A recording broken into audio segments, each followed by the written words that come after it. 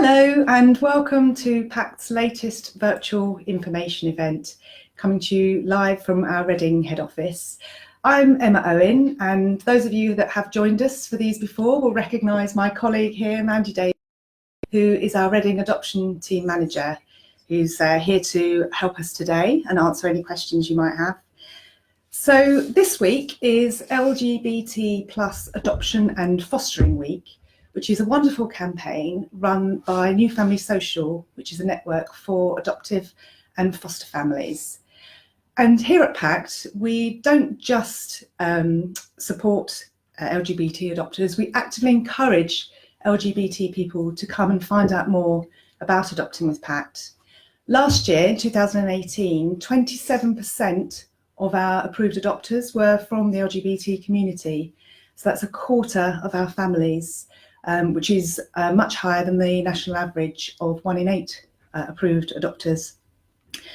We really welcome your questions today, so please do comment below or send us a private message, and we'll do our best to answer those before the end of today's session. So I'm going to bring in Mandy now, so we can find out what makes LGBT people such great adopters.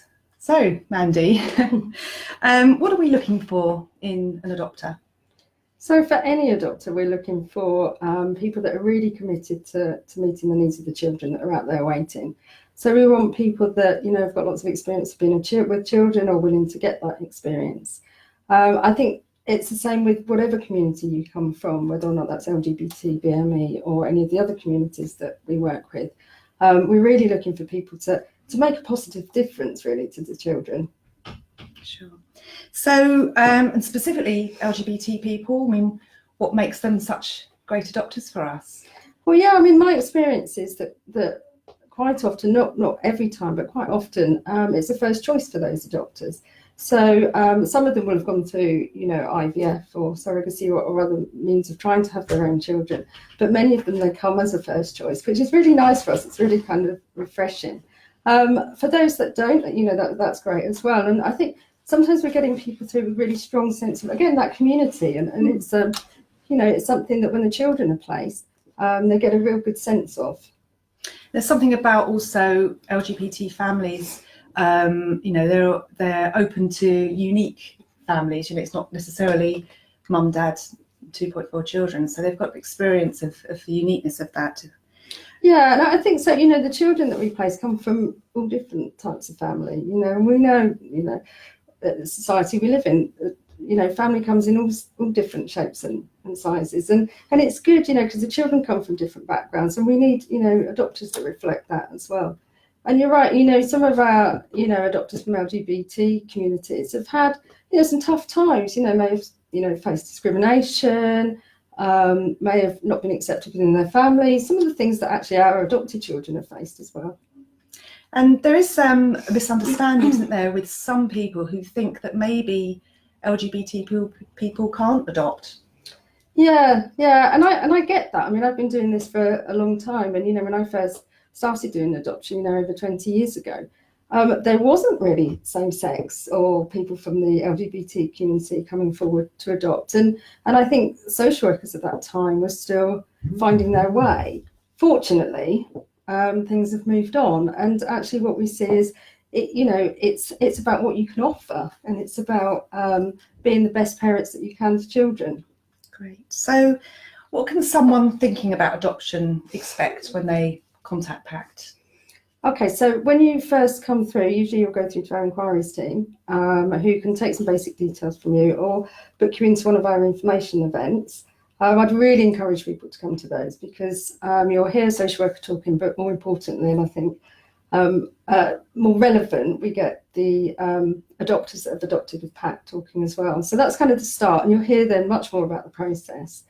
After that, you want to come in to see us. If we want to come to see you, we'll have an interview with a social worker, and then all being well, we move into stage one. The process is 2 stages, so we've got stage 1 process and stage 2 process. Stage 1 usually around about 8 weeks, and we do kind of all your checks and references, and then the second part is the assessment part, which lasts usually around 4 months. And that's where the social worker really gets to know you, and then presents a report to our panel. And then hopefully approval. Hopefully then you're approved. I mean, I've said that really quickly, and you know, I think we've got information online, and if you come to an information event, you'll hear lots more about that process. So yeah, so at that point you come to a panel, and after the panel, all being well, and for most people, the vast majority, that all goes great, and you're approved. After that, we start looking for children for you, the child or children. And we, you know, PACT can search the whole country for children. And what's really important, I think, to us is that we get the right match. So it's not it's not where, well, you're the next adopter waiting, this is the next child waiting, we're going to match. The whole point of the process and being, you know, in depth and comprehensive is that we get to know you really, really well, so that we know which children will be best matched for you. So that process can take anything from days to a few months, and then there's another whole new process once you've been identified and kind of linked with the child. You'll get lots of information about them. You'll be visited by the child social worker. There'll be probably an opportunity to see a DVD, maybe even meet the child, and then the next step is going to another panel. And you'll have your social work, and I should have said this before, all the way through. None of this, you're on your own. So you meet your social worker will go with you to what's known as the matching panel, which is in the local authority where the child has come from. Following that, all being well, and like again, let's say, you know, vast majority all goes, you know, to plan at that point. You then start introductions and meeting your child. And then after a period of introductions, that child will move in with you. Fantastic. And then the fun really starts. Yeah, I mean, it's all fun, obviously. I mean, the whole thing is fun. But yeah, this is, you know, I think this is the bit where it becomes real. You know, your child or children come in. You are mum or you are dad. Your mum and mum, dad and dad, whatever the combination or single applicants you are in your family, and that child starts to get to know you as you start to get to know that child. Again, your social worker, who knows you very, very well at this point, is there to support you throughout that, and the child will have a social worker as well who will support you and support the child. So there's a really kind of tight support system around you from professionals. I mean, and obviously you'll have your own support network. So we're talking about support there.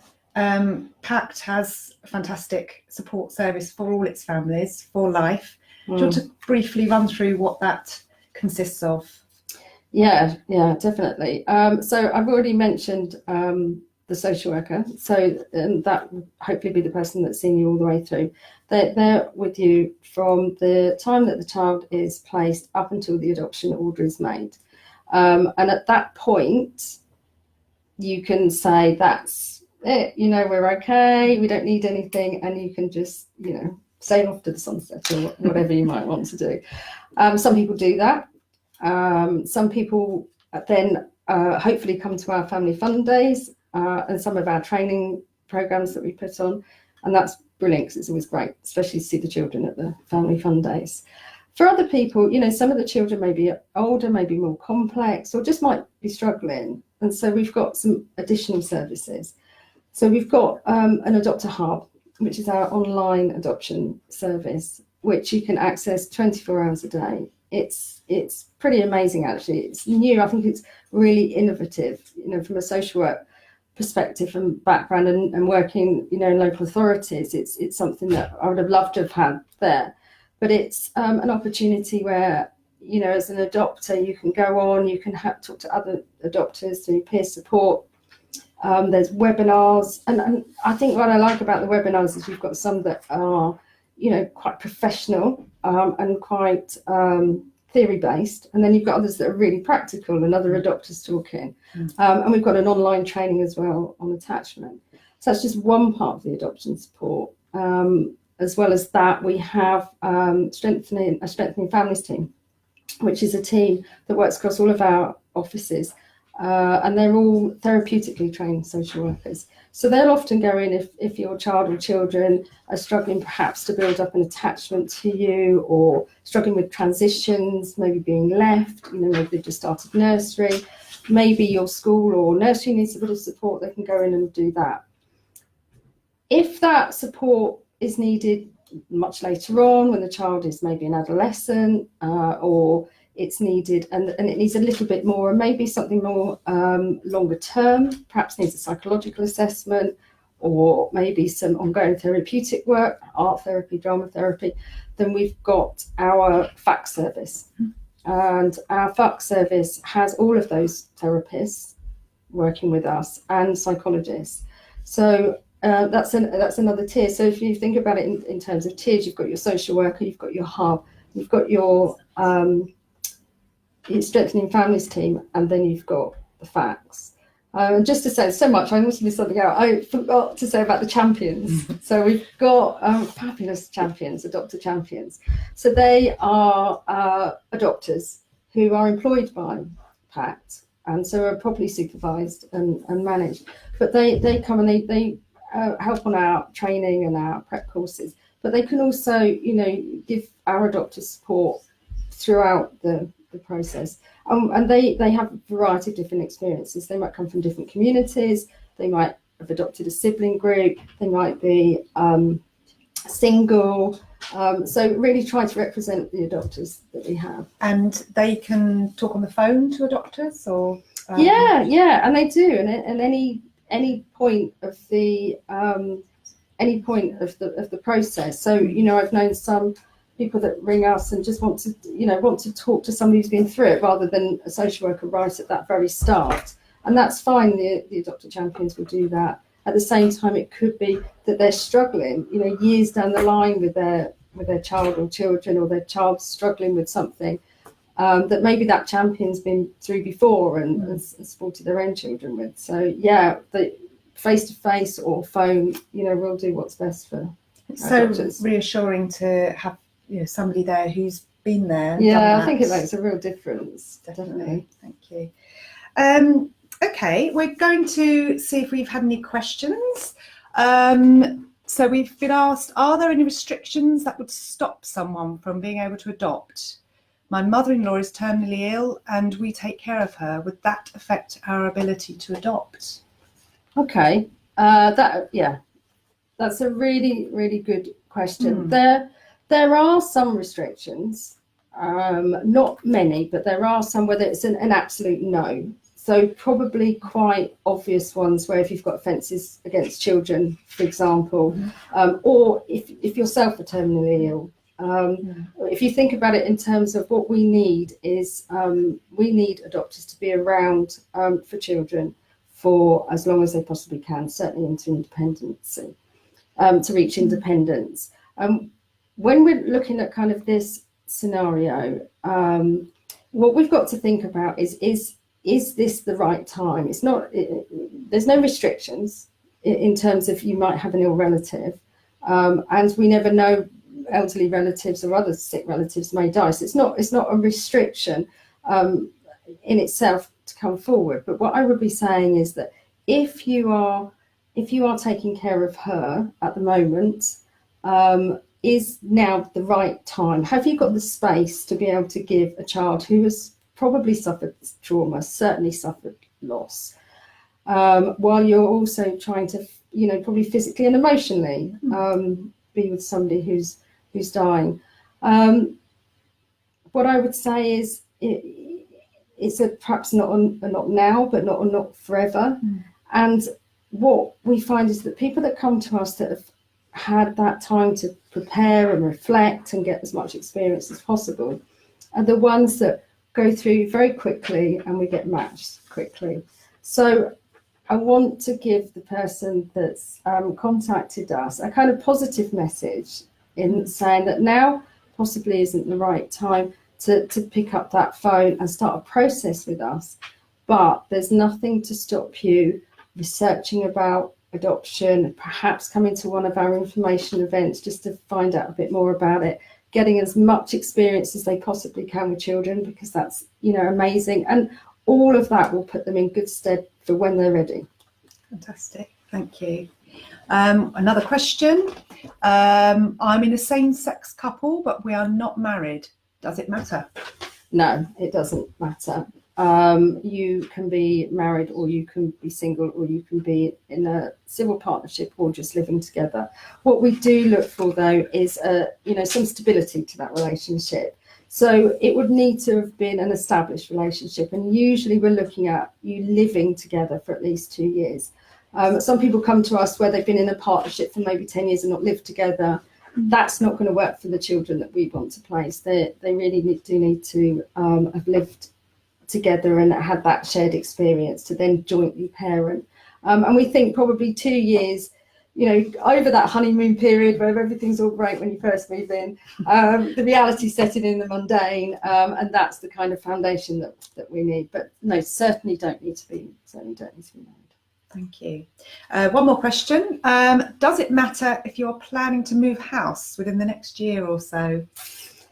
That's a good question. It does in a way. Again, this might be a not for now, but a not ever, if that makes sense.